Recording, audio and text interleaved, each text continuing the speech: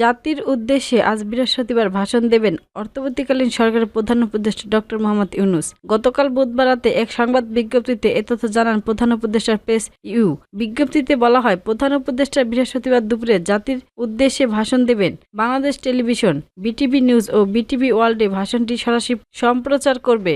প্রধান উপদেষ্টার ভাষণে জুলাই জাতীয় সনদ বা সংস্কার প্রস্তাব বাস্তবায়নের বিষয়টি সিদ্ধান্ত জানতে পারেন বলে ধারণা করা হচ্ছে। কার্যক্রম নিষিদ্ধ আওয়ামী লীগের পূর্ব ঘোষিত আজকের ঢাকা অচলের লকডাউনের কর্মসূচিতে ঢাকা-চট্টগ্রাম মহাসড়কে নারায়ণগঞ্জ অংশে কোনো প্রভাব পড়েনি। ভোর থেকে স্বাভাবিক দিনের মতো যানবাহন চলাচল করছে, তবে দূরপাল্লার বাস কম দেখা গিয়েছে। বৃহস্পতিবার সকালে মহাসড়কের কাশপুর সেতু, শিমরাইল, মৌচাক ও সাইনবোর্ড ঘুরে এমন দৃশ্য চোখে পড়েনি।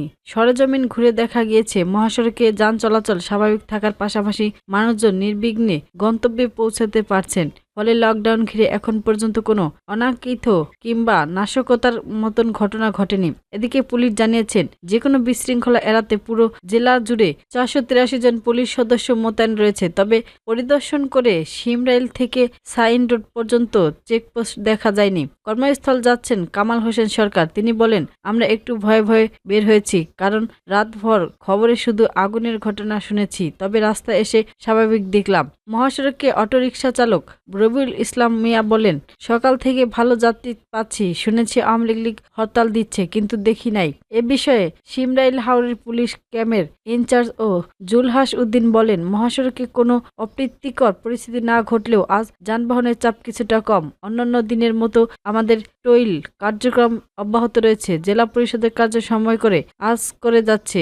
নারায়ণগঞ্জ অতিরিক্ত পুলিশ সুপার অপরাধ ও অপারেশন তারেক আল মেহেদি বলেছেন, এখন পর্যন্ত নারায়ণগঞ্জ জেলা জুড়ে আইন শৃঙ্খলা পরিস্থিতি স্বাভাবিক রয়েছে। যে কোনো নাশকতা এড়াতে আমাদের 5 শতাধিক পুলিশ বিভিন্ন সড়কে অবস্থান করছে। এছাড়া বিভিন্ন পয়েন্টে চেকপোস্ট বসিয়ে তল্লাশি কার্যক্রম চালানোর পাশাপাশি টহল কার্যক্রম অব্যাহত রয়েছে। রাজধানীর ধানমন্ডি 32 নম্বর এলাকা থেকে এক সন্দেহভাজন কিশোরকে আটক করেছে পুলিশ। বৃহস্পতিবার 13 নভেম্বর সকাল 10:15টার দিকে এই কিশোরীকে আটক করা হয়। আটকের পর কিশোরকে পুলিশের ভ্যানে তুলে নিয়ে যাওয়া হয়। পুলিশের ধানমন্ডি অঞ্চলের জ্যেষ্ঠ সহকারী কমিশনার শাহ মোস্তফা তারিকুজ্জামান এই তথ্য নিশ্চিত করেছেন। পুলিশের তথ্য মতে আটক কিশোরের বয়স 14। তার বাড়ি ময়মনসিংহের ভালুকা। ঘটনাস্থলে দেখা যায় আটক কিশোরের পরনে প্যান্ট, কোট, টাই রয়েছে। তার হাতে একটি ব্যাগ আছে। পুলিশ কর্মকর্তা শাহ মোস্তফা তারিকুজ্জামান বলেছেন, আটক কিশোরের আচরণ সন্দেহজনক, তার কথা বিভ্রান্তিকর। সে নিজেকে শিক্ষার্থী পরিচয় দিচ্ছে।